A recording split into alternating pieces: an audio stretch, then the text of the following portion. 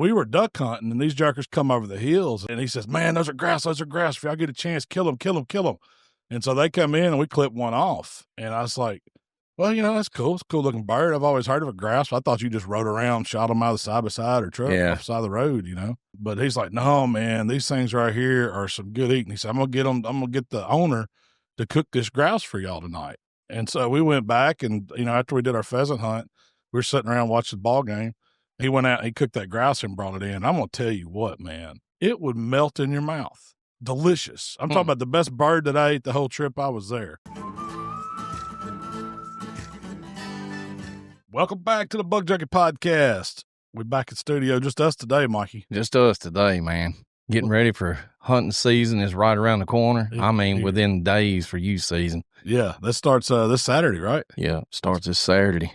You taking some kids? You taking nephews? Or? Yeah, I'm taking a first timer. Uh-oh. Yeah.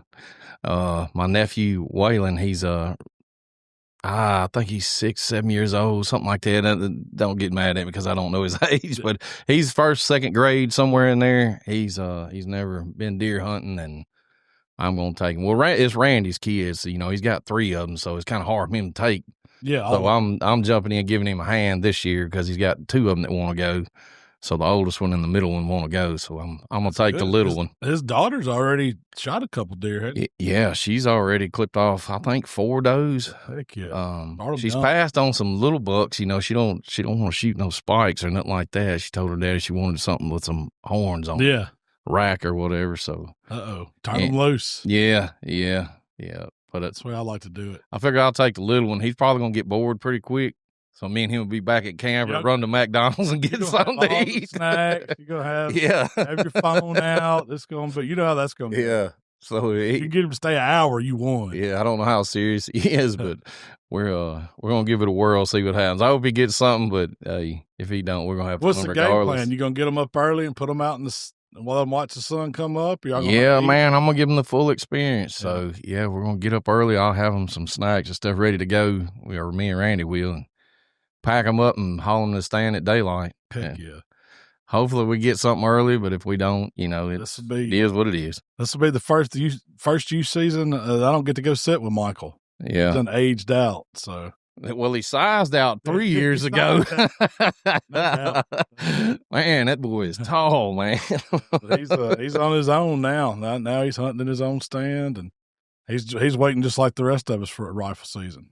Yeah, it's exciting, man. That's you just remember back when you were that young, first time going hunting, not knowing what to expect, and that sun coming up, and just all you could picture in your head the night before was big bucks. I still can't sleep on night. I do the same thing. I lay there in the bed and I can't sleep. Yep. I don't know if it's excitement. I think it's excitement to see what everybody else does. I think it is too, especially when you're at camp. Yeah. If you got a bunch of people there, everybody's feeling it. You don't know where everybody's going. Ain't nobody said where they're hunting. They don't want to talk about it. Yeah, because I don't know. It's just something about it, dude. But anyways, so we're going to get on that this weekend. The youth season opens up here in Mississippi Saturday morning, and we're going to get after them. Heck yeah. We're going to get after them.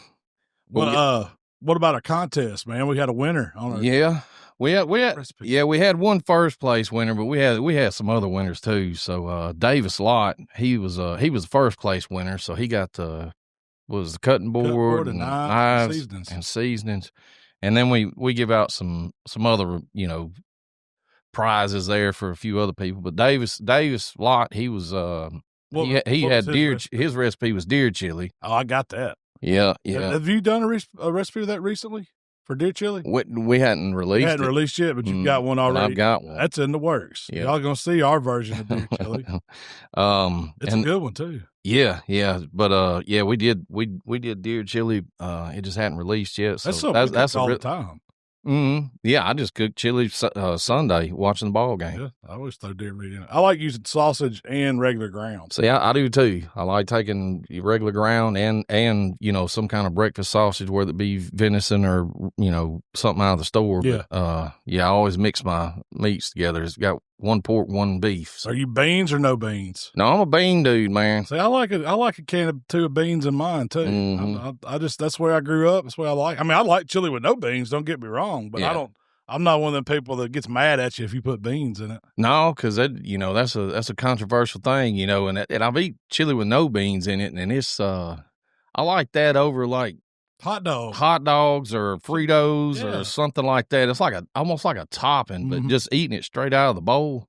I got to have some beans in mine. Yeah, have me some beans. You give me some cornbread to go with it. Yeah, man, that's what we had at. I went to my Desoto County, I guess it's the Desoto County Wild Game Gourmet Club or something. We meet once a month up in South Haven.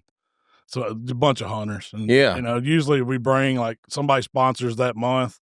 And like when I killed that bison, when we got back, I did a bison dinner. And what we do, we go to this restaurant and we have to pay so much of a year to be in it, but it covers the restaurant cooking that meal for us. So we provide the protein. They usually cook appetizers, main dish, 2 sides, and a dessert. Yeah. And it's, you can buy some beers or whatever you want to drink if you want to. But it's really cool. That's pretty. About 60 of us in it, I bet. That's pretty big. What they used to call those a long time ago? The elk clubs or Moose Lodge or something like that? Moose Club, Moose Lodge. That's it. Something like that. Y'all ain't got no hats you wear. No, we don't have hats. We need some. But I just got invited to go last hunting season. And I was like, man, it's pretty cool. It's a place to go try some wild game. Like last night we had rabbit. We had a wild boar chili. That's what, when we was talking about chili, it got me thinking, man, that chili was fine. And they made a cornbread to go with it. Yeah. Then they had sour cream and cheese and jalapenos you could top it with. That was the appetizer. Chili was appetizer? Yeah. And then, so when we went and sat down, this was just like hanging out at the little bar area. You go get your bowl of chili and cornbread. And we sat down, they did a barbecued quail. I never had quail like this. Most of the time I've had quail, it's been fried or grilled. This was like smoked, and then they added, it was almost like a dry style. There was no sauce to it. It was like a dry rub rib. Yeah. It was dry rub quail. And it was good. It was a little overcooked. I mean, quail's one of them things, it's pretty delicate. There ain't a whole lot of meat there anyway, and it's easy to overcook. But it's good. It was real good. And then to top it off, though, fried rabbit. And, man, that was some of when we walked, like... Was that your first time eating rabbit? First time eating it like that. I've had it like in a fancy restaurant. Chef cook it. And then I've had the one in a crock pot or whatever. Crock pot rabbit's what I call it. But this was my first time to ever have like fried rabbit. No gravy. Yeah. Just chicken fried rabbit's basically what it was. And man, I'm telling you what, I had one of the saddle pieces where I got that loin on both. And man, I pulled them loins out. Them jokers at the table was looking like, what's that? Because nobody really eats rabbit. Yeah. Anymore. Not a bunch of people that I know of. But I guess somebody, I don't know, I didn't ask if they were tame, like farm-raised rabbit or shot rabbit. Most of the time it's game that somebody else has shot. Yeah. If it was, somebody got some jam-up dogs. They were head shooting them, y'all didn't get no shots. I didn't have no shot. Yeah, I didn't have no shot in mine. But it was good. It was good, man. Yeah, a country boy when he goes for the back. You got a good rabbit? Is that everybody else is grabbing the leg? No, you know what good eating is when you kill a squirrel or a rabbit. You go for the back. I mean, what do you go for on the deer? That's it, the backstrap. That's exactly what it was, rabbit backstrap. It was dang good. Yeah, I want to try that. I mean, if you got a good recipe for rabbit, we can cook. Man, I mean, most of the I've got a couple in the freezer I killed last Yeah, year. there's nothing like crazy. I mean, it's mainly just frying it. You need it fried like that, or, you can smother it down with, onions and gravy and stuff like that, just like you do squirrel or deer. What's the trick to getting it tender? I mean, sometimes some people, just same thing with squirrels. Some people will pressure cook them. Some people will, put them in crock pots, and let them go until they get, tender. Like and then pull it out and flash water fry or something like that, almost like a braise kind of. Yeah, and just get them down, just cook them down to where they're still firm, but they're not tough anymore. Mm-hmm. And then fry them, and that's where you get your chicken fried. So you just batter, like take them out of that, dry them off best you can, batter them and dredge them and fry them in hot oil. That's what we've done, in the past. We got to try that. Make a gravy up. That's the one thing I was missing. If they'd had gravy, you couldn't have touched that rabbit. Yeah, it was unbelievable. Yeah, that gravy and rabbit is something else, man. Because they, it's big pieces. Your legs on a rabbit and the front shoulders on a rabbit, pretty good size. So it's pretty tough sometimes. Wild rabbits are, anyways, because all they do is run and hop and they're using those muscles. Yeah, they're constantly moving. It ain't like a tame rabbit where he's just kind of standing in a pen eating carrots all day. Got far to go. Yeah, so I imagine the tame rabbit, you ain't got to do that much to it, maybe a little bit, but wild rabbit, yeah, you gotta get him braised down a little bit. That's what they had. We went over to the squirrel contest the first time over in Springdale, and somebody had donated. They called them test rabbits. Test rabbits. They come from they said they wasn't doing nothing. They was trying out makeup on them. They wasn't doing nothing to the meat or anything. They was seeing what makeup did to these rabbits. And Joe had them cook them up. They made all kinds of stuff with them. Yeah, they made like rabbit gumbo, wasn't rabbit gumbo, and then some other kind of, oh Lord, I can't remember the other soup or like. Yeah, it was like a taco or something. Wasn't it, rabbit tacos, and then they made a what do they call that? I don't know. It had tomatoes and stuff like that in it. I can't remember this. It's like a goulash or something. Something like that, yeah. Yeah, it's pretty good though. Them test rabbits wasn't bad. No, I mean I ain't got glitchy or anything. So I mean I don't know what they were testing with. I ain't had a headache in a long time. Maybe an aspirin or something. I remember me and you were driving over there, and Joe called us. He said, "What?" He said, "I got how many did he say he had?" It was like 48 it test was a bunch. Something. He said, "We got to come up with something to do with these 48 test rabbits." I said, oh my God, that guy had me rolling with that junk. That was crazy. So what was some of the other top recipes that folks want us to do? So let's see. These are the runner-ups that we've sent stuff out to, some seasoning to. But Shane Carpenter, he wants to see fried squirrel and gravy over rice. So that goes right along with that rabbit. We just need us a few squirrels. Casey Wells, he wants to see smothered deer and gravy. Got that. We can handle that. Yep. Jeremy Dean, he wanted some crockpot recipe. He didn't care what kind it was, just crockpot recipes. I got you I used to do, it was kind of like a deer stew. I'd like chunk up hindquarter roast and brown them a little bit on stovetop, throw them over into crockpot and throw all that juice that I was browning, deglaze that a little bit and use that as the moisture. And then I'd put me a little broth in there. You could use chicken broth, beef broth, whatever you want, and cut up some onions and throw some garlic in and just cook that for about 3 or 4 hours till that meat started to break up. Yeah. Then I'd add in my vegetables like green beans, mushrooms, carrots, potatoes, onions, more onions. And then cover it, make sure it's like kind of covered with liquid, and add a beef stew packet and some seasonings, and just let that dude rip another 2 or 3 hours. And man, it was always good. Yeah. You can eat it with rice. You can just eat it like soup with cornbread. I mean, it's one you can leave going all day long, and it's ready to eat when you come out of the woods at night. I mean, I love crockpot recipes because, I mean, it especially like at camp, when you come back from that morning hunt or something, you throw something together, or if you get up early enough, get it that morning, but, throw something together, after you or while you're cooking breakfast, get something in a crock pot, turn it on low, put the lid on it, forget about it, and go about your day. And then that evening, you got something fine. Walk in, that house is smelling good. Yeah, especially if you done killed a deer, you ain't got to come in and try to cook nothing after you got, it's ready to go. But, I love crock pot recipes, man. They're some of my favorites. And then Chance Walters, he wants to see some wild hog recipes. Man, I've ate a few that's decent, but most of the time we don't mess with them jokers. I ain't gonna lie. Yeah. We shoot them and let them run. If I clipped off a small one. Yeah. Maybe. A really small one, we're talking 30, 40 pounds, somewhere in there, maybe, something under, at least under 100, something like that. Yeah, I would probably break that one down and see what we could do with it. But anything over that, man, I'm not messing with it. I've had, our buddy Michael Hunter from up in Canada. He's a heck of a chef, and he cooked about the best wild hog I've ever ate. And I would have swore to you it wasn't wild hog when he gave us a bite of it. There ain't no way that's that big nasty jerker we saw you hold he last cooked night. A big hog. Yeah, it was a big hog. But I've always heard that if you don't have a way to trap them and clean them out, they're just, the big ones, they're just so nasty. I guess you could get the straps out of them, maybe. Yeah. The rest of that animal, luckily we don't have them where we hunt. That's one reason why you don't ever see us cooking much of them, because we don't have them. We don't have them. We don't have nowhere to really go hunt them at. That anybody will let us come mess with them. Right.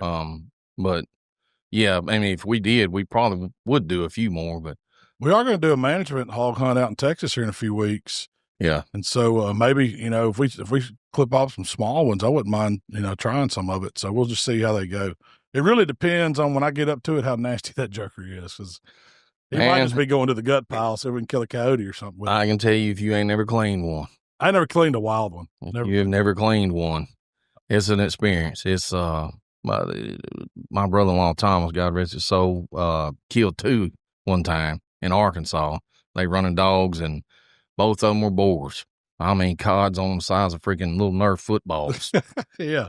2 Full of them. grown. Yeah, it was grown. And I was like, oh, man, you probably should have left them over there, dude. That thing's going to be stinking, nasty. And it was. Like, they were so sour. Just the smell of them was. Just the animal itself, the outside. The outside. Around his legs and stuff. You know, when you grabbed him to pick him up, to put him on the single tree, you know, or skinning rack, I mean, you had to wear gloves because that old funky sour smell would get on you, and I couldn't hardly wash it off. Did he have them gutted or anything when he come back with them, or he just throw them in the truck? Well, yeah, they were tied up. They were tied. They were still alive. They were it was pretty illegal. Yeah. Transported them things over here. Man, and I was like, across 3 state lines. Yeah. And I was like, dude, what are you doing? He's like, what? I was like, that is illegal as hell. Yeah, he was like, I didn't know. I ain't never messed with no hog before. I said, man, them boys should have told you that. So he just said, I'll take them? Yeah, he just said he would take them, you know, and they had them tied up. Mate. They throwed them up the back of his truck, and he took off with them. What do you think? We got to ask Gabriel, what happened? He rolled up on somebody. Oh, yeah. I immediately shot him. Like, when I jerked him out of the truck and got him out of his pickup on the ground, and I shot both of them. I would imagine with an animal like that, you got to get it gutted and skinned pretty quick. Yeah. You don't want that. That's one thing we talk about. We had those processor guys on the other day, and how many times have you been to a cooler? And there used to be one close to my house, and you go in there and just drop your deer off at night. Yeah. There'd be 2 or 3 old nasty hogs up in there, and you're supposed to put in the deer, just throw it up on them. That's the kind of stuff I don't want to see when I go to a processor. No. If you're doing stuff like that. Definitely not. But yeah, that, you know, hogs are a little different. You know, Daddy always told me, you know, if you kill a boar hog, son, it better be a young one. Yeah. You know, if he's got big old cods on him. Was there hogs in them bottoms when y'all were running them back when you was a kid, or they got up there yet? No, they hadn't gotten up there yet. One guy killed one right behind my parents' house back here. Was that lake bottom almost? Or? Almost, yeah. But it was a really, really small hog. Man, I almost think it was somebody's, you know, little pet hog or something that got out and just kind of went feral. Yeah, you know, they say they go pretty fast. Like them jerkers get out within a few weeks. Them jerkers turn. Yeah, nose changes shape and they go feral. I mean, it looked like it was about the size of a javelina. It wasn't very big, but it was a little black hog. You know, it probably wasn't 50, 60 pounds. Did y'all eat that jerker? That'd have been. He did. Yeah, the daddy helped him clean it, and but anyways, that's the only one I've ever seen around there, any sign, you know, or anything like that. They stayed down, even in the Delta where I hunted right out there around Eudora. They hadn't gotten them yet. Yeah, I know. Right off the bluff. Now, when you crossed over 61 out there, they're all running. They were all on that side of the highway. Yeah.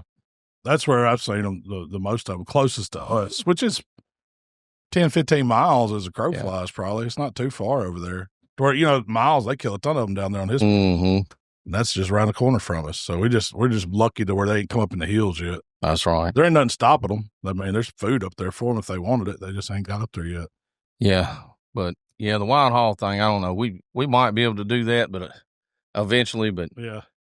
I have bought some from Mossy Oak Gamekeeper Butcher. We have cooked that hog. Chorizo. It is pretty good. And the bacon. Yep. Wild boar bacon and the chorizo. We have cooked that before. I've cooked the ribs and I've cooked those chops. They had some wild boar chops and they were all pretty good. But and that's one of the only products from them that's actually a wild animal. Those they have these USDA processing facilities that specialize in hogs over in Texas.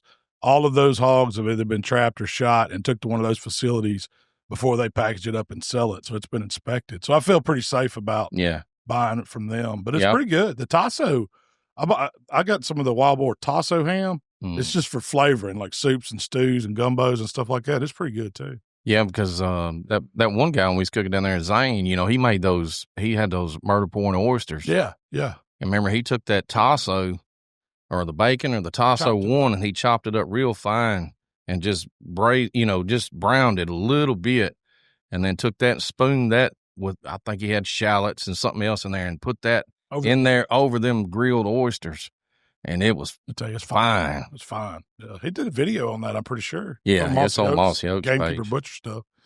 But yeah, I've got one on there cooking wild boar ribs. I Yeah. did that several years ago over there with them at their cabin.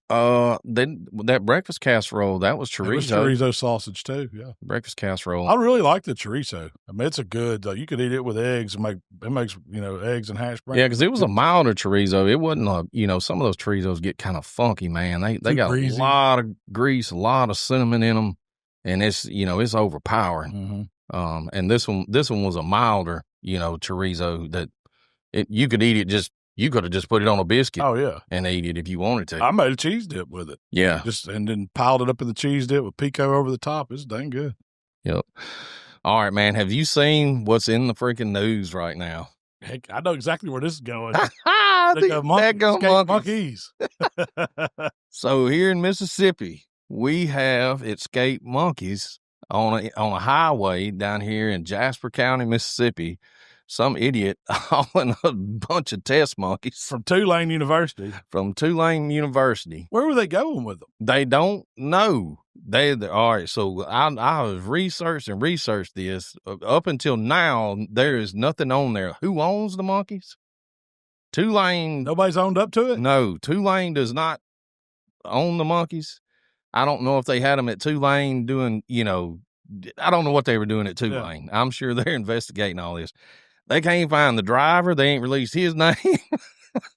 They're keeping all this hush-hush, what they done turned loose on it, huh? So this idiot falls asleep and turns this trailer full of these test monkeys over. It looked like just a utility trailer. It wasn't. Yeah, it wasn't nothing fancy. I mean, it looks like something that a trim carpenter would have or somebody laying carpet would have. And it was full of test monkeys. So there was 21 of these, I'm probably going to mess this up, racist or rhesus monkeys. Rhesus. Not racist. Like the peanut rhesus monkey. Yeah, rhesus monkeys. Did you see them? Yeah. I saw a video. Yeah, sitting in that grass. It looked like the trailer turned over on its side and threw all these boxes out. Yeah. Like crates. Yeah. And there were some of them that were still in the crates. Some of them were outside the crates. Some of them were walking forth from the trailer, walking around. Some of them just hit the road, Jack. They was crossing the highway. So they had the law out there they all had assault rifles.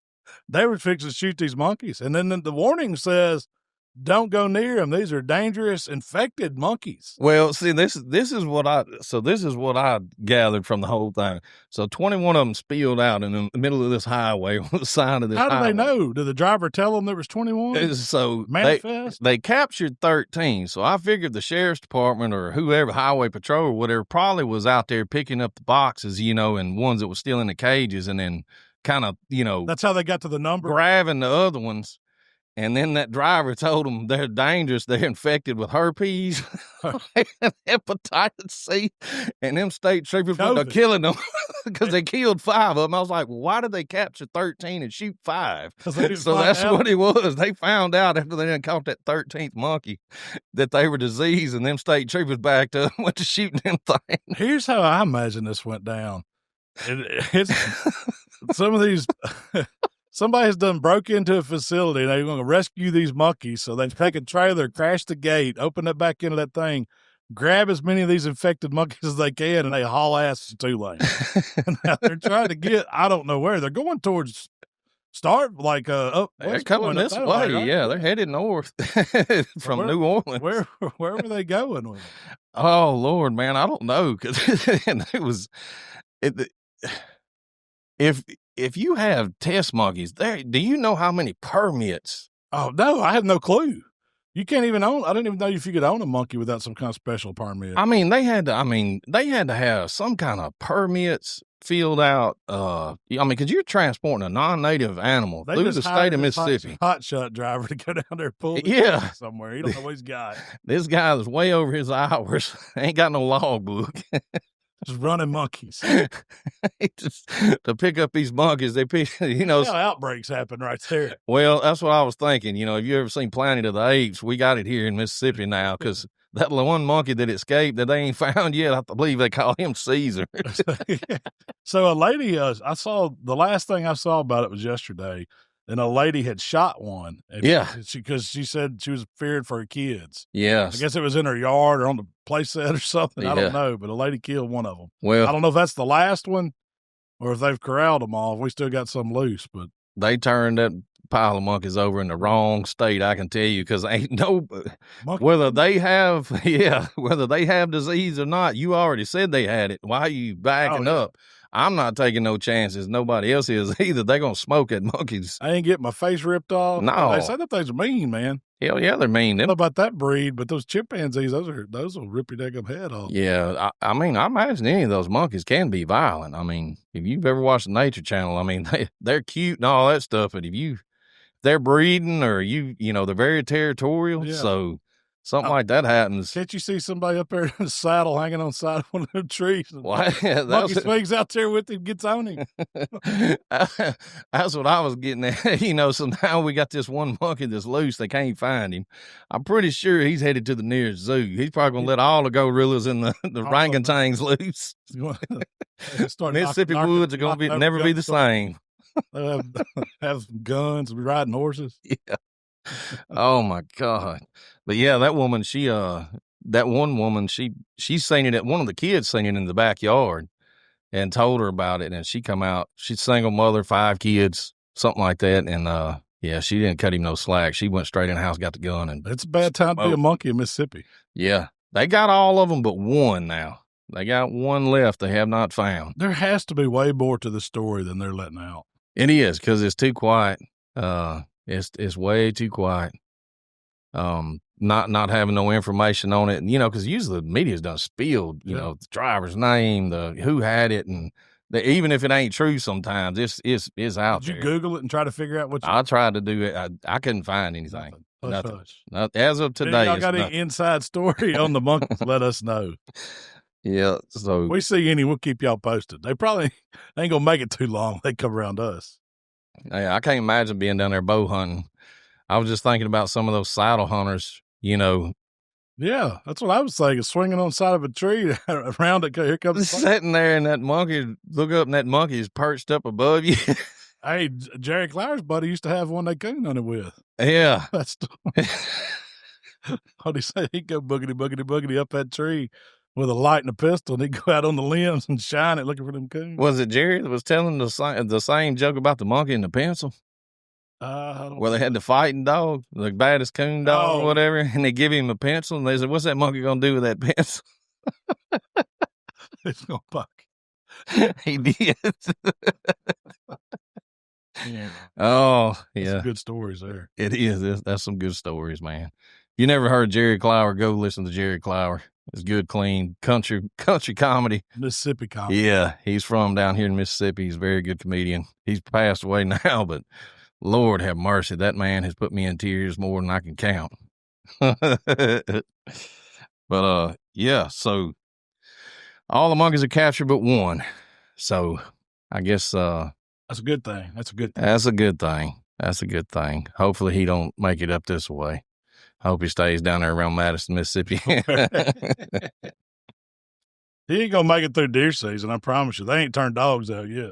No. When it comes time to turn dogs out, that monkey. Yeah. I didn't even think about that. I'm telling you. Them coon hunters and stuff down there. Man.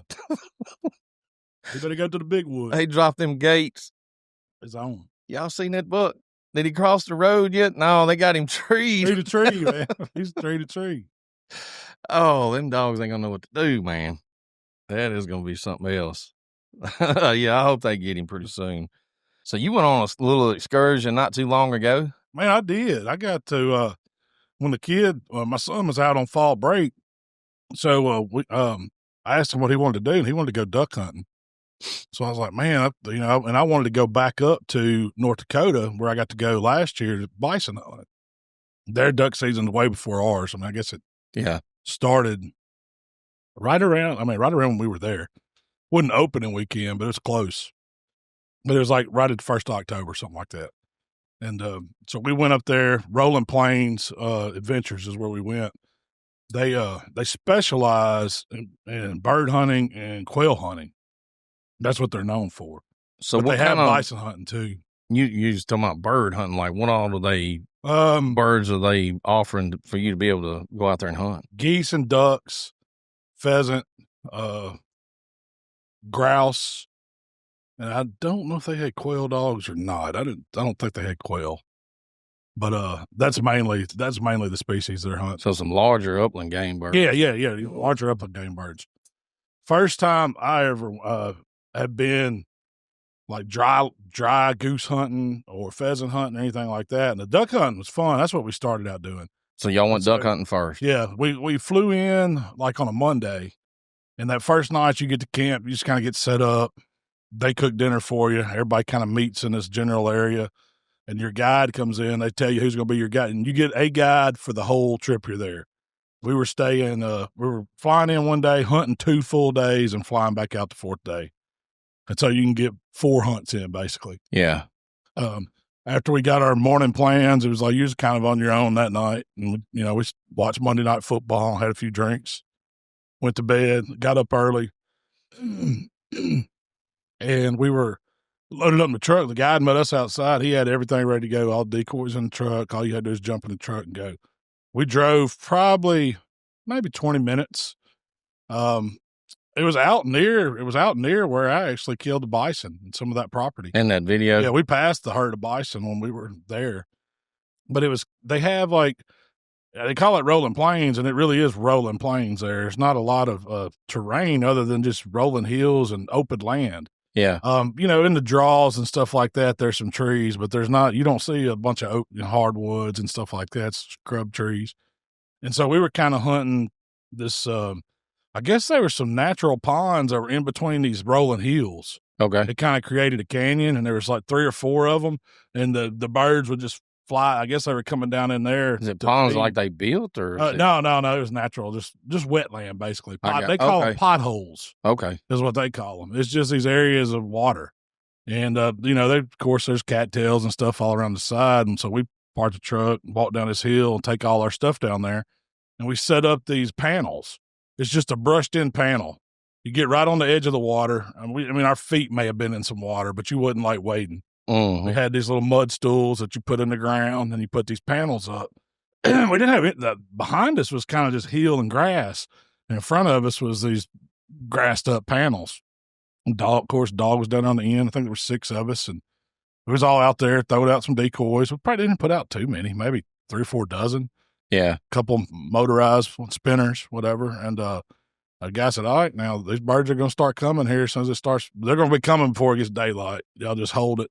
I'll tell you when you can shoot. He wanted to call all the shots instead of just having somebody blasting over everybody. Right. So we tucked in and just wait. And sure enough, man, here come the ducks. It's like, it wasn't like, it was still early for them, he said. It was like they weren't because it hadn't getting too cold up north, so it hadn't pushed everything out of Canada yet. But there was more ducks than I'd ever seen. They were just everywhere. So what are they roosting on up there? Because if y'all are sitting on pretty much any water holes. So they have these larger resting grounds up there that are like non-hunting grounds. It's like wildlife habitat land for the birds, just specifically to be able to sit on. It's like their nesting area. So they're kind of coming from those areas. Yeah, they're coming from sitting ponds. on water, because anywhere you saw water usually had ducks on it when you're riding around. And they're coming to these other ones to feed, I guess. Yeah. And so that's what they were doing. They had found them coming in these holes, and we killed 6 man of redheads. I'd never seen a redheaded duck. We shot, and they were just everywhere. There was a few mallards, but man, it was so with as early as it was, the ducks weren't in full plume. Yeah. So the drakes, they weren't real bright, colorful and all this, but we killed teal, we killed some mallards, we killed I don't know how many. I think you can kill 2. It was 2 or 3 redheads a man.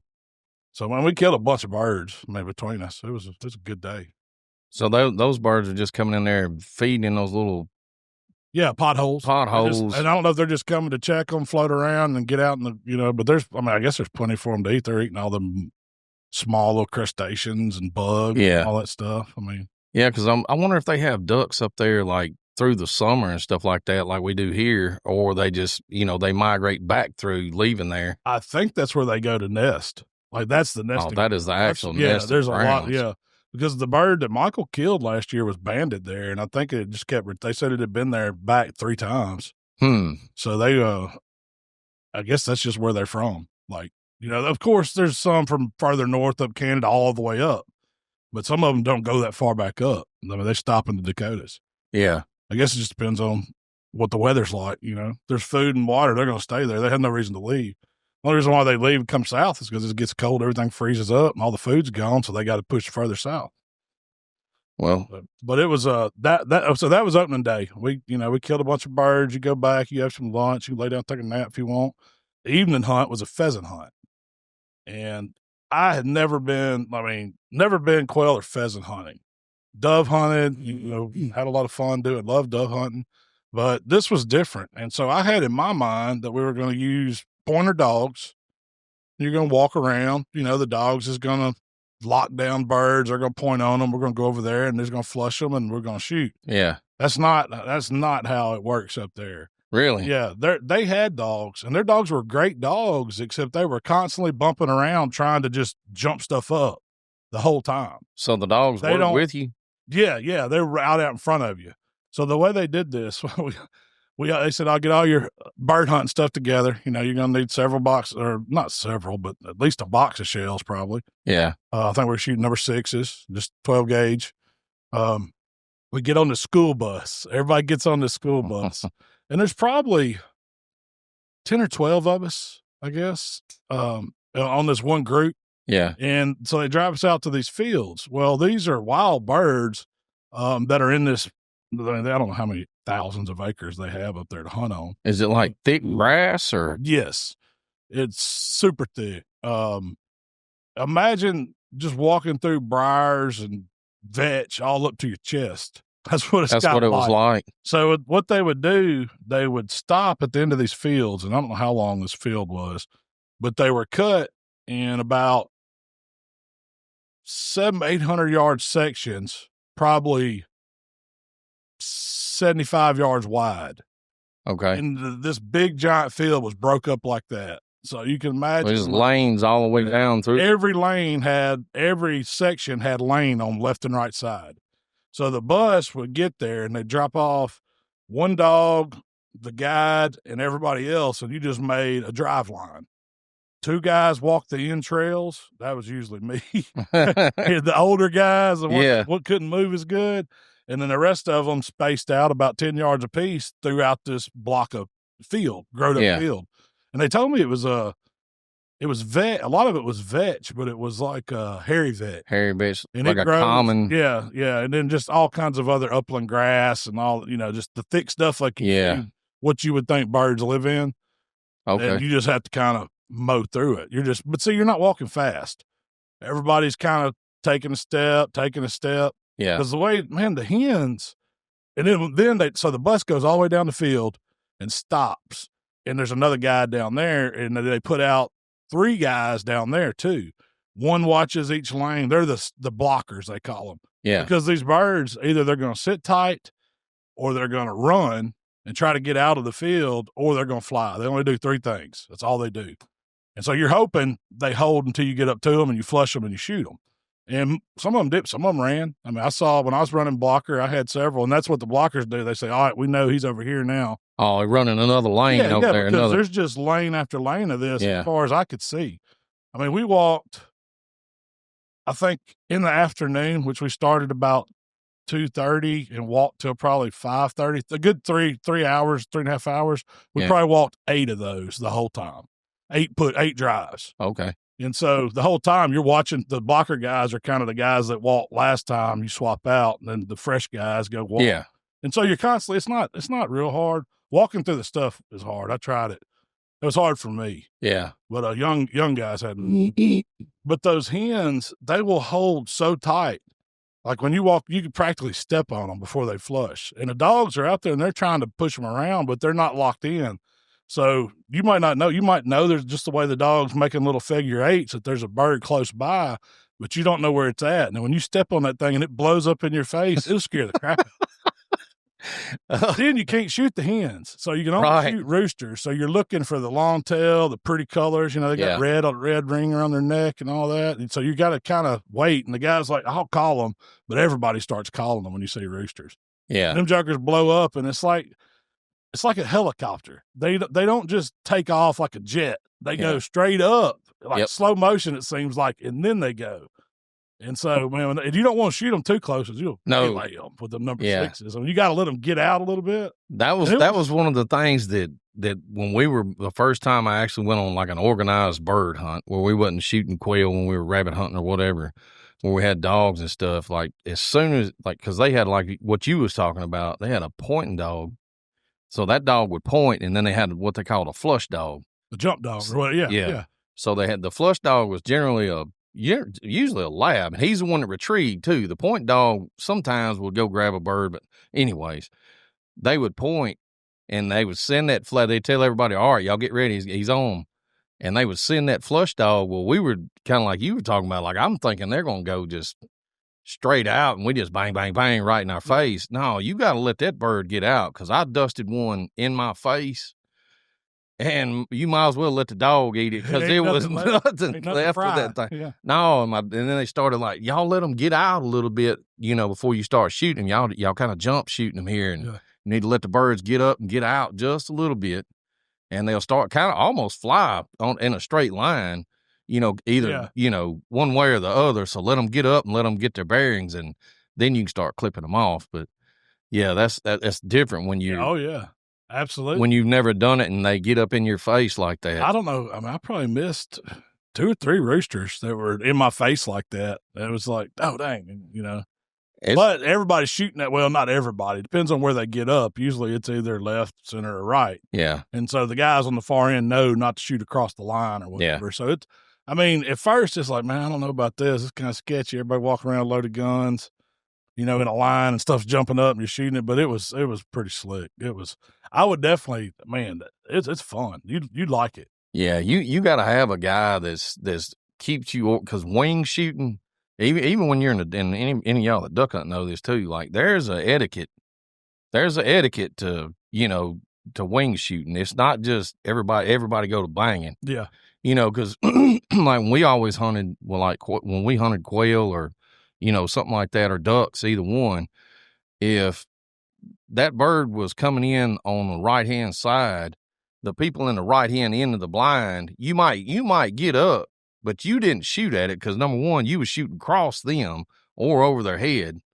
So you just let them do their thing, and if it got clear or came into your little area, then you shot. Yeah, because if you start banging over somebody's head, you're going to piss somebody off. Oh, heck yeah. There ain't nothing worse. I'll get mad fast. I'll put my gun down and just get out of there. I ain't got to do that. It ain't worth it.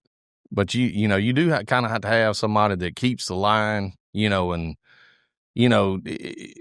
kind of the director or whatever, as you go push through, okay, right side, here he comes. And if the bird gets up and flies back left in front of the left, shooters and stuff like that, you kind of let them shoot if it didn't, especially if you're the far wingman, like way out right or way out left. You don't need to be shooting at something that the right wingman should be shooting at. That's his side. He's got because you're shooting across 3 or 4 people in front of you, and your angle it's unsafe. So, yeah, it takes somebody directing folks, especially when it's a large group like that. Yeah, they had it down, though. So after that, everybody get to kill 3 birds. It takes you a while to get them. Yeah. I don't know if we got a full, 12-man limit, but just about everybody killed 2. And a lot of people killed 3. After that, we went back and they cooked dinner. And every night, before dinner, they cook a bunch of the birds. I mean, most of the time, people aren't taking them home. Yeah. Just because you fly in or whatever. Oh, we took some of ours home, but we stuck them in suitcases. Y'all Michael hunted it? Yeah. He did. He went going to Canada. Surely we can do it. Yeah, he crossed over a damn, a damn country. But they would cook them every night, so they'd grill them. And we did, that first morning, we killed a split-tailed grouse. I think that's how you say it, split-tailed grouse. I was calling it all kinds of stuff, and that dude was telling me what it was. But it looks like a fat little chicken, and they fly kind of like a dove or a quail. Yeah. We were duck hunting, and these jerkers come over the hills, and he says, man, those are grouse. If y'all get a chance, kill them. And so they come in, and we clip one off. And I was like, well, that's cool. It's a cool-looking bird. I've always heard of a grouse. I thought you just rode around, shot them out of the side-by-side or truck off the side of the road, But he's like, no, man, these things right here are some good eating. He said, I'm going to get the owner to cook this grouse for y'all tonight. And so we went back and, after we did our pheasant hunt, we were sitting around watching the ball game. And he went out and he cooked that grouse and brought it in. I'm going to tell you what, man. How did he cook the grouse? So I guess he just breasted it out, grilled it a little bit, and then brought it in and panko crusted it and stuck it in the oven to some kind of way to finish it off. And then it come out and it was all like chunked up. Yeah. Well, all I saw, they didn't let me see how they cooked it. But all we saw was, you had some toothpicks and you got it off the plate. Yeah. It's all cut up. But they told me that's how he did it. And it would melt in your mouth. Delicious. I'm talking about the best bird that I ate the whole trip I was there. Because everything else was like, it's kind of like duck. It's just, if you overcook duck, everything was overcooked. It was kind of chewy and minerally and didn't have, even the speck, it was so overcooked that I wasn't crazy about it. But the grouse, I would do a grouse hunt. Those things are that good to eat. Yeah, I've always heard they're really good. What it would be like. It'd be delicious, but we need to check into it. Did they offer a grouse hunt? They do. He said they will, but he said it is a ton of walking. I bet you're walking, covering a lot of ground because you're jumping birds that you're not after. Mm-hmm. The dogs ain't. They're not like the pheasant. Mm-hmm. Staying in the. I bet the dogs can't tell the difference. Yeah, I don't know, but these things fly pretty good. Like they move around like a dove, not more so than a quail. It seems. Yeah, like, from what I saw. But they were going from these big hills to big hills coming across the valley, and that's where we were. They just happened to fly over our hole. I forget. I think Austin shot it. I think. But that's definitely worth eating. The next day, we were going duck hunting again that morning, and it started turning pretty cold that next morning, and we were going to walk across this big slough. And they had a little boat that we were going to float our stuff over, and then whoever couldn't walk it, because the mud was like lake bottom mud. Oh. And then I was like, man, I ain't going to, I'm going to have to float over. And he said, well, that's fine. We'll just take turns putting in the boat or whatever and float. Yeah. So he had the younger guys on the edge of the boat, and they were going to walk with the boat, and I was the last one, so I didn't get in the boat. I was going to wait because they took two people, and then the guys walking. Well, they got about halfway across there. Michael was on the back, I think, and he lost hold of that boat, and he never walked across any water like that. And he fell down and then filled his waders up. He went under the water, and he's panicking. And I'm like, really? Yeah, this is pitch black dark. I'm on the side. I can hear him hollering and stuff. I was like, dang, somebody fell out of the boat. I didn't know. I thought it was, Duker's dad or somebody that fell out of the boat or somebody.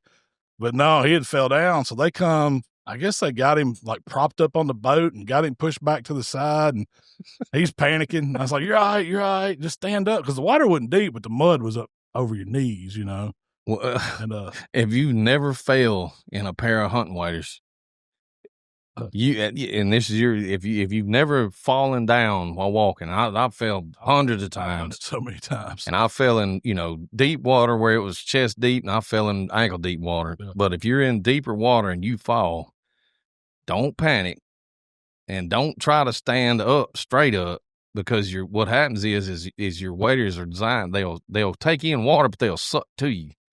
When they suck to you, you might still be getting a little bit of water, but your boots will float. If your feet come off the ground, they're full of air, and it'll pick your feet up behind your head.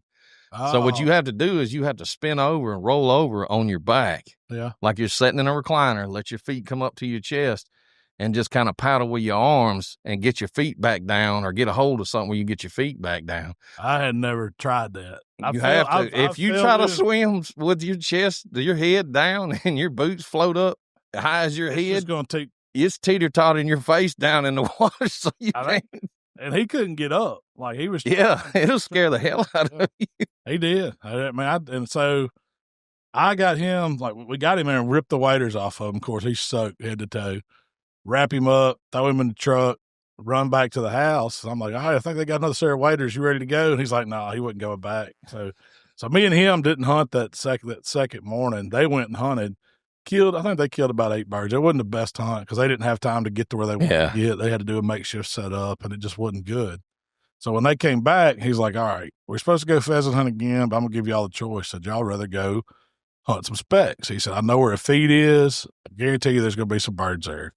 And we were like, man, let's do that. What's that going to be like? He said, well, we're going to be hunting a dry field because we had to take Michael's waders, put them on dryer, try to get them dry. Michael was already out. He was like, yeah, I'm ready to go. He said, let's dry field hunt. Let's dry field hunt. I mean, he ain't scared now. I told him it happens to everybody. It does. Everybody's going to fall. If you duck hunted, you're going to fall in them. Yeah. He just had never done it. But, so we go dry field hunt. And this one, he pulls up with a utility trailer, probably like a 16-foot trailer, loaded up with stuff. We all jump in trucks and drive out to this big field. And it's like a wheat field that's already been or corn. I guess it's a cornfield, been harvested. It had a few little potholes in it, but it had these areas where I guess the ground was so wet that that's the only, you know how a field is, ain't been leveled. It just has areas, it's little pockets where grass grows, it stays a little damp. Well, that's what we set up on in this field. We got to get the wind right. He opened that trailer door, and there was decoys as far as you could see filled up this trailer. And are they setting the decoys out, or y'all setting them out? We all helped. Yeah. Yeah. He goes to pull them out. And I mean, it really wasn't that bad when because there were 6 of us hunting and a guide and a dog. And so between the 6 of us, you basically take these big full form body decoys out, and they've got these little stands, just like round base on bottom with a pole coming up. Yep. And you just throw that on the ground, set the decoy on top of it. There's no like driving them in the ground or anything. They just wobble a little bit. Yeah. They kind of spin a little bit. They don't move a whole lot, but they're just sitting on there. They're not about like a turkey decoy would, you know, but they don't, and they move a little bit because the wind's blowing like constantly 25 mile an hour. That's the worst part about it. Cause it was like 75 degrees. I mean, we hunted in t-shirts. You didn't even need a hoodie or anything. It never did get cold? Not that afternoon it didn't. That morning when Michael fell in the water, it was really cold. Yeah. But by the time the end of the day, it warmed up, unseasonably warm there. And by the time we got everything set up, we had to put together 2 of these A-frame panel blinds were awesome. It was they were just rolled up, already grassed and everything, both sides. And you put the little pipes together and you build this little A-frame. They all joined together and it could hold, there was 7 of us in them, no problem. Everybody had plenty of room. They were already grassed in. We just tucked them up, pushed of that tall grass, and you couldn't see nothing. There wasn't no brushing in after we put them up. So we sat down, and the birds started coming. And I'm talking about if you ain't never been on a spec hunt where they are in your face. The way the guide, I asked him, I was like, all right, so what's Could you tell they were specs, though? Yeah. You could tell. At first I couldn't, but I could. They just look like regular old snow geese or something like that coming? They make a different sound. Like their call is different. You can hear them. You can hear, you can hear. They're vocal. And then you could just tell they're not as big as the Canadas or the other geese that were flying. I mean, you could tell they weren't ducks because they're not that fast. So you could definitely tell. And when you got used to them, you could say, okay, these are specs, because I think we could kill 3 each on those. So the limit was 18, and we got that in about 45 minutes. Dude, it was like nothing I'd ever seen. It was like, this is the only way to hunt. Tucked in, dry field, t-shirts, birds just on coming. And when they set out there, it was like, all right, y'all got to wait on me to call them. We're going to try to land all these birds. The goal is to land them. Don't pop off and shoot just because something breaks off. Wait till I say y'all stay tucked down. Once we started doing that, and it was like, by the time, you had your head down and you're looking, they are in your face with their landing gear out. Yeah. And you were it's just raining geese. I mean, raining geese. And I was like, oh, man. And that was so much fun. Then we had some mallards come in with those. We shot a few of those. And we had a bunch of Canadas, but we never could get them in. So we were going to kill those. But, I mean, the bird hunting was awesome. It was awesome. First time doing it in North Dakota, I would definitely go back up there and hunt. So when y'all had these geese coming in, and y'all, of course, y'all got how many's on the ground out there? Yeah. Oh, you're picking up. I mean, well, I'm talking about like live before you start shooting. Oh no. No. They never touched the ground. They never. I thought he told y'all to let them sit on the ground. That was the goal. Oh, but he always fired when they were probably 10, 12 feet up. They weren't like, you weren't shooting level. You were shooting up. What are these groups look like? Are they 15, 20 or? Yeah. A lot of 15. I mean, some of them 50, 60. Yeah. But most of the time, what would happen is, so you see all these birds circling and going to different areas in this field, and then a group breaks off of a big group and comes into you. So, and you're and they're always watching it because they're coming from, we're just kind of out in the middle of this field. So they could be coming behind you. And they might, but but the way he had it set up on the wind and the way we had the spread. They had to circle back in front of you. They had to come back around to hit the center of that spread where we wanted to put them down. So for those all right, so where was the wind on y'all? It was. Compared to the decoys? It was kind of breaking across us from our left to our right, coming right at us, I guess. So the wind was coming dead at you, almost. Yeah, it was in your face. The wind was in your face. You had decoys out in front of you, so the birds had to circle. Yeah, they circled around. Most of them circled right and came back in right at us. Okay.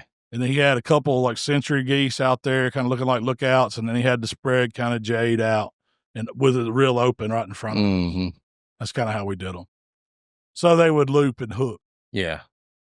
Yeah, because they don't like landing a bunch of. Yeah, no, they wanted some open ground, but they were going to come in right where he had it opened up. And it was like, man, and I had never done that. I've seen videos of people goose hunting, and, and how many cripples did you have to run down? The dog ran down a bunch. Oh, you had to. Yeah. Well, at first, so we didn't travel with shells. As soon as we got up there, we went to Shields. Big hunting store up in, Midwest, upper Midwest. Yeah. And it's awesome too. If you ever get a chance to go to Shields, go. But we went, looked around, and we bought some pheasant shells, and we bought some steel. Well, we got some 4s and we got some 2s, not knowing, what y'all were going to be so shooting. When we were shooting ducks, we were shooting 4s. We didn't want to shoot them with 2s, but when we took both goose hunting. I'm glad we did, because the first time we were shooting them with 4s and it wasn't phasing them. Yeah. You just pissing them off. But when we switched to 2s, we started killing them. So I'd highly recommend. And we're shooting, the ones I had the best luck with was those Kent Fast Steel number 2s, 1500 FPS. Them juggers are smoking. Those, way like a spec. Man, back in the day, Kent was not a really good. I mean, and maybe we bought some bad cases, but man, I remember shooting them when we had the wind in our face, and it had so much blowback. Really? Like it was trash come out of them things. But yeah, I didn't know. But that was long. That was 20 years ago. Now they probably upped their game since then. I mean, they're not the most expensive shells. No, you can get them for $200 a case or something like that. But it's pricey enough. Yeah. I bought some more when I got back to duck hunt over in Arkansas with. Well, when you got duck loads in there and geese come in, I'm gonna tell you a trick here. So just used to, all I shot was 3s and 4s when I duck hunted. When we got geese that came in, like you said, like the first few times we shot, they'd come in there. You might knock one down if you clipped him you had to clip him in the head pretty much. Yeah. So I figured out, when those geese are coming in, they're flying in. Don't body shoot them. Shoot back off to the right and bust a wing on them and bring them down. Yeah. You can do that with those 3s and 4s and break him down. Now if you ain't got a dog, you got to go get him and run him down. Yeah. But you can, follow up shot once you got him on the ground or in the water. You shoot him across the top of the head. Oh, I'm telling you, once I figured out how them birds were breaking and where you could shoot them, it was like, ducks in a barrel. I didn't even have to stand up for my hole. I was like the center of the blind, and all I had to do was hold my gun right there and wait for that goose to put them brakes on in front of me. And it was just, you could get 2 every time. And it was just, when they hit the ground, them juggers come down. It was fun. It was a lot of fun. It's fun when you can get in on a hunt like that, compared to what we've had to deal with here in Mississippi the last few years. And it's been the struggle bus, just some days you have a decent hunt and a lot of days you just don't have nothing. That's it. Yeah. You're just sitting, and it's been that way in our area for quite a while. I mean, and it's not uncommon in our area right here. Oh yeah. We used to be pretty hot back in the day, 20 years ago, 15 years ago, it was wide open right here, but now it's not. And when you can get back into something like that, you just imagine if we only had to drive 15 minutes, 20 minutes down the road and it was like that, because it was just like that. You're going to like this. When in one of the bedrooms of the little area we were staying in the camp, there was a big picture on the wall, and it was like these willow tree or cypress tree. Yeah. There's a man in a boat, and he's out there duck hunting. I don't know how old this picture was. It looked old. I mean, at least 20, 30 years old. It said Beaver Dam, Tunica, Mississippi. All the way up there in North Dakota, they had that hanging on the wall. I thought that was cool. It was like somebody from there probably had been at one of them DU banquets or something. It was like one of those kind of paintings, but it was from Beaver Dam, and it had the guy's name. It was, who's that most famous guy from Beaver Dam? I can't even remember. I can't remember, but it was one of the guys that did a lot of stuff there. But there's a little taste of home, going all the way up there, and you see that on the wall hanging up. They got all this cool stuff, mountain lions and buffalo hanging on the wall. They got a Tunica, Mississippi picture of Beaver Dam. I'm telling you, man, it used to be something else here. I miss it. I miss it a lot. But I'm glad you got to experience a really good duck hunt. Yeah, really good North Dakota. That's the way to start off season right there, man. And it's going to be hard to follow that up. I just figured out if we want to kill ducks around here, we just need to take a trip. Yeah. Don't even waste time trying to get the little holes and spend all the money that we spend on all that stuff. You think about it. I mean, me and you talked about this before, is it, and we may have discussed this in a previous podcast, but is it worth leasing duck holes, buying the decoys, having all this, having all the headache and the trouble with dealing with a lease, a landowner, if there's going to be water, or do you got to pay to have water pumped on your property, all of these things. And then you sit out there and now it's just a dice shoot, or the ducks or no ducks, You might see some. That don't mean they're coming to you. Yeah. You're probably going to shoot a few ducks in Mississippi. It's going to be late. You might catch some early, and I'm talking our area. I don't know if it's like that everywhere in Mississippi, but I know up here in the Northeast it is, or Northwest part of Mississippi it is. You might shoot a few ducks here and there, but you think about the time, the effort, the money that you put into that thing. If you took all of that and just went to Arkansas or where you went twice a year, yeah, and had just a jam up 3-day, 2-day, 3-day hunt and shot enough ducks to where you would just come back grinning like you're looking at me grinning right now. It makes you want to go. See, the problem with that is, Mikey, it makes you want to go back and back and back. I kill that big deer or whatever. All right, I got my deer for the year. On to something else. With ducks, it's like, oh, man, you think they're going to be there now? Yeah. Let's go kill some more of them. Yes, everybody that I'm, that I know, now they pay to go somewhere else. Yeah. Most of them are still holding on. Some places they still have pretty good. I mean, there's still wood ducks and some local ducks that kind of hang around here. And you have a good shoot every now and then. Like I said, you can piddle around and even on government land around here and pick up a few ducks. Yeah, you can pick up a few ducks. It's the bad thing is like somebody that's our age that. Like me, that when I was in my early 20s, when I first got married, and before I got married, I was big into duck hunting, and I was hunting anything, everything at that time. But I always looked forward, those old nasty, rainy, crappy days. I was like, I'm going duck hunting. Yeah. And I knew, like, I'd look and it'd be nasty. Nobody wanted to go deer hunting.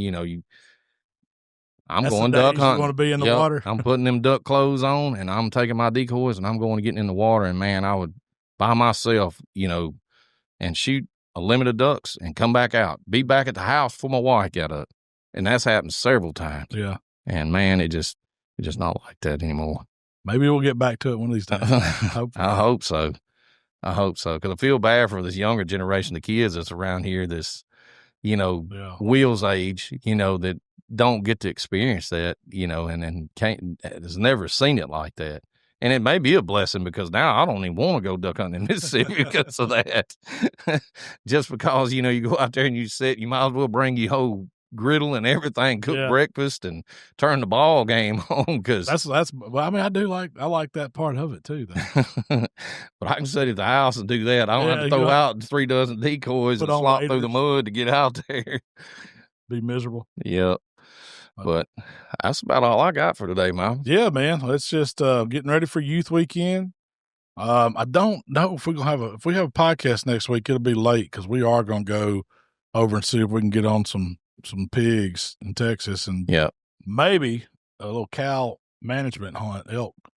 Yeah, it works out. I want to. Hopefully, we're going to video some of it, so y'all keep an eye out for those. We're going to try our best to get a couple cow elk, bring some elk meat back to Mississippi. Yeah, we're on a meat mission. We're on a meat mission if they let it work out. But other than that, I'm sure we'll have some more contests going this deer season. But if y'all want to check us out, go to Facebook. It's the Buck Junkies Outdoors Buck Club. Junkie Outdoors Club. Find us on TikTok, of course, and then on YouTube. And appreciate y'all hanging in. We'll do some more giveaways here as the season gets going on. If y'all take them kids hunting, send us some pictures, post it up. We want to No doubt.